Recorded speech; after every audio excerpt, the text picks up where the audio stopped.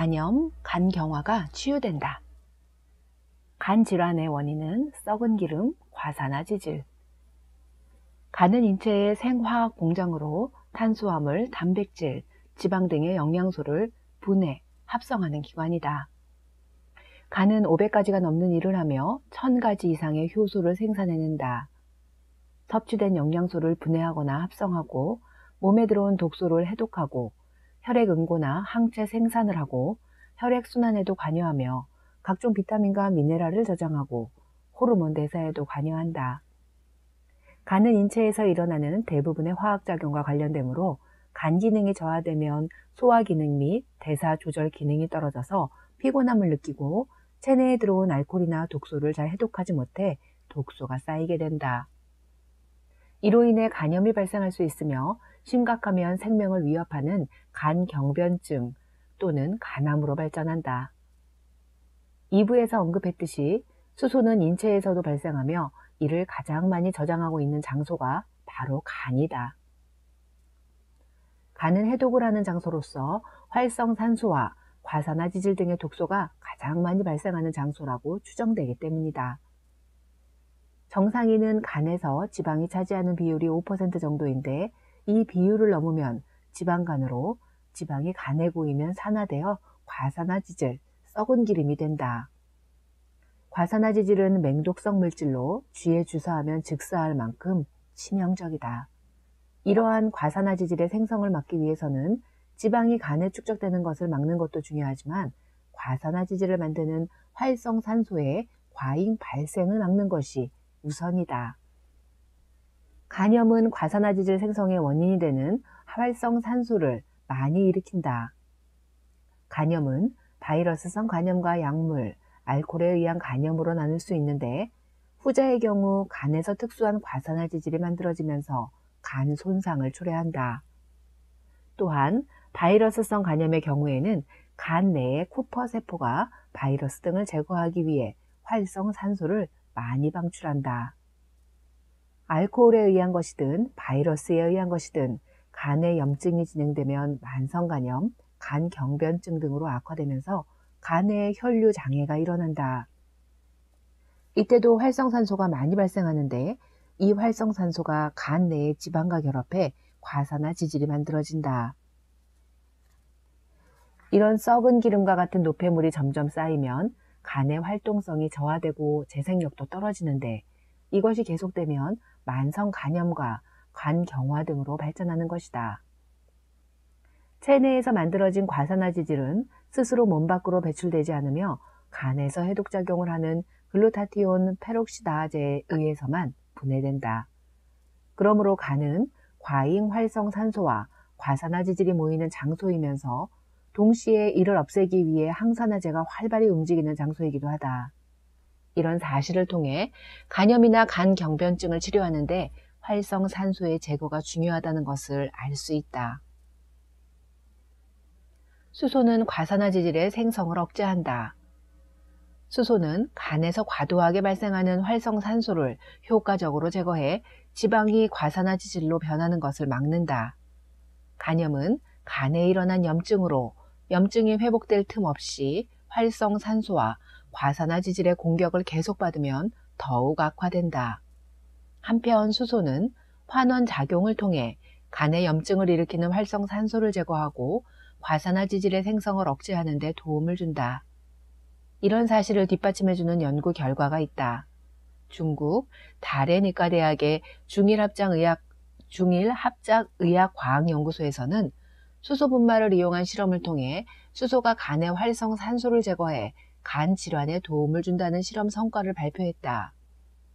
이 실험은 간 허혈을 일으킨 실험 쥐의 간 조직 장애 예방 효과에 관한 연구로 사전에 수소 분말을 투여하고 간장에 허혈 재관류를 발생시켰을 때 조직 손상이 현저하게 줄어든 것으로 나타났다. 간에 염증이 발생하면 허혈 재관류로 인해 혈류 장애가 생기는데 대량의 활성산소가 발생하는데 이때 간 조직이 많은 손상을 입게 된다. 하지만 수소가 활성산소를 제거해 2차적인 간 손상을 막아준다는 것이 이 실험을 통해 밝혀졌다. 수소는 간의 회복을 돕는다. 간은 탄수화물, 지방, 단백질을 분해해 합성하고 각종 효소를 만들어낸다. 따라서 수소에 의한 에너지 생산이 간 기능을 유지하는 데 매우 중요하고 수소 에너지의 쓰임이 더욱 중요한 장기로 추정되고 있다. 간은 여러 가지 효소가 활발하게 작용해 다량의 ATP를 생산하고 동시에 소비하는 장소다. 즉, 수소가 가장 효과적으로 작용할 수 있는 장소가 간일지도 모른다. 나이토 마레오 일본 동양의학회 인정 한방 전문의에서 수소는 세포 에너지인 ATP의 생산에 관여해 에너지 생산을 촉진하는 것으로 추정된다. 간은 특히 많은 세포 에너지를 필요로 하며 그만큼 에너지 생산이 일어나는 곳이기도 하다. 수소로 ATP의 생산을 촉진함으로써 염증으로 인해 손상된 간 세포에 활력을 주어 간이 빠르게 회복되도록 한다. 과잉 발생한 활성산소가 줄어들고 세포 에너지의 생산이 늘어나면 간 세포가 염증에서 빠르게 회복되고 혈류가 증가하면서 간 기능도 점차 좋아지게 된다. 간 섬유 형성에 대한 수소수 섭취의 효과.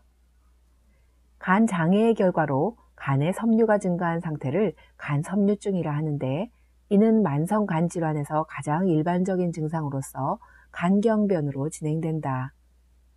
간세포의 장애는 간에서 주로 섬유를 형성하는 간성상세포의 활성화로 인한 염증 반응에서 비롯된다. 따라서 간 장애를 일으키는 원인과 간 섬유증의 치료 타깃으로 역시 활성산소가 지목되며 간장애의 새로운 치료법으로 수소수에 대한 연구 결과가 계속 발표되고 있다. 간 섬유 형성에 대한 수소수의 효과를 조사한 연구에서는 독성 약물로 간 섬유증을 유도한 쥐에게 수소수를 구강으로 섭취시키고 그 효과를 조사했다. 또한 추출한 간세포에 안티마이신 A를 가하면 독성 활성산소인 하이드록실 라디칼이 발생하는데, 이 간세포를 수소수가 포함된 배지에서 배양하면 간세포 중 하이드록실 라디칼만을 제거해 간세포살을 현저하게 막는 것으로 밝혀졌다. 그리고 수소수를 마신 쥐의 간섬유 형성도 의미 있게 억제된 것으로 나타났다. 결론적으로 수소수가 활성산소로부터 간세포를 지키고 간섬유 형성 또한 억제할 수 있다는 것이 증명되었다. 만성 간질환은 물론 급성 간질환에도 수소수가 효과를 보인다는 연구 결과가 있다. 약물로 급성 간장애를 일으킨 쥐에게 수소 생리식염수를 투여했을 때 평균 생존기간이 늘어나고 간장애도 감소했다고 한다. 또한 수소 생리식염수에 의해 간 조직의 병리학적 변화가 감소하고 아포토시스도 억제된 것으로 나타났다. 수소 생리식염수가 염증과 아포토시스를 감소시킴으로써 쥐의 급성 간부전이 나아지게 된 것이다. 이 연구에서는 수소 생리식염수의 작용이 간 보호 효과에 기여한다고 보았다. 이 절의 내용은 다음과 같이 정리할 수 있다. 1. 수소는 간 내 활성산소를 제거해 간염의 원인이 되는 과산화지질의 생성을 억제한다. 2. 수소는 간세포의 에너지 생산을 촉진해 염증을 개선함으로써 간 질환의 회복을 돕는다. 3. 수소는 만성 및 급성 간질환의 간 장애를 억제해 간질환 예방은 물론 치료에도 도움이 된다. 다음은 수소수가 아닌 수소 건강식품으로 C형 간경병증이 개선된 사례로 나이토 마레오의 수소 임상 보고에 실린 내용이다. C형 간경변증 사례. 최초의 증례는 C형 간경변증과 신부전인 82세 여성 환자로 식도 정맥류 파열 병력이 있었다. 내 친구의 어머니인데 근처 병원에 입원해 치료를 받았으나 개선되지 않아 어떻게 좀 도와달라며 우리 병원에 입원했다. 배에 복수가 가득 찬 상태로 간경변증 말기였다. 10월 28일부터 수소를 하루에 4캡슐씩 사용하기 시작했다. 솔직히 어떤 변화가 일어날지 크게 기대하지 않았다. 신기능의 지표인 혈청 크레아틴 수치가 4.3mg DL이었던 것이 바로 내려가기 시작해 11월 6일에는 0.89mg DL로 정상치까지 내려갔다. 입원 당시에는 의식이 희미하던 환자가 2주일 후에는 앉아서 식사를 하게 되었다. 상태에 따라 수소를 다소 가감하고 있지만 크레아틴이 점점 개선되어 입원 당시에 사용했던 이뇨제를 전혀 사용하지 않게 되었다. 간견병증은 간의 위축으로 정의되기 때문에 이것이 낫는다는 것은 있을 수 없는 일이다. 복부 CT 영상을 보면 입원 당시 대량의 복수가 있었다. 말기 간경변증이라 2주일간 경과가 좋아졌어도 복수는 빠지지 않았다. 그러나 한 달 반이 지났을 때 복수가 완전히 사라지고 없었다. 게다가 이뇨제도 필요 없게 되었다. 그 후 재활을 계속해 4월에 퇴원하고 5월에는 통원할 수 있게 되어 현재 집안에서 걸어다니며 생활하고 있다. 수소는 계속 사용하고 있다.